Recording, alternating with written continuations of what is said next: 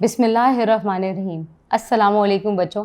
I am your teacher ma'am Benish Ansari اور میں آپ لوگوں کو آج پڑھاؤں گی Pakistan studies. But before we start the actual chapter I would like to ask you one question, اور وہ سوال یہ ہے کہ آپ پاکستان اسٹڈیز کیوں پڑھتے ہیں؟ اس کا جواب یہ ہے because we are a responsible citizen, اور ہمیں پتہ ہونا چاہیے کہ آپ کے ملک کی ہسٹری کیا ہے, کن مشکلات سے آپ کے فور فادرز گزرے ہیں, اور کس طرح پاکستان اس دنیا کے نقشے پر آیا. تو فرسٹلی میں آپ لوگوں کو یہ پڑھاؤں گی کہ انیشل پرابلمس کیا تھے جب پاکستان تشکیل ہوا, تو کون سے ایسے مسئلے مسائل تھے جو درپیش ہوئے جس کی وجہ سے ہماری جو پرابلمز ہیں وہ بڑھتی گئیں اور وہ پراپرلی اس کا سلوشن نہیں ہمیں مل سکا. تو بچے سب سے پہلی چیز یہ ہے کہ جب پاکستان بنا تو وہ ایک دن میں نہیں بنا, بہت سارے اسٹرگلز ہیں, جیسا کہ آپ نے 9th کلاس میں بھی پڑھا ہوگا کہ بہت ساری اسٹرگلز کے تھرو پاکستان جو ہے وہ وجود میں آیا. اور ایک بہت بڑی ریزن تھی, وہ یہ تھی کہ پاکستان جب بنا تو وہ بہت ہی جلدی میں بنایا گیا.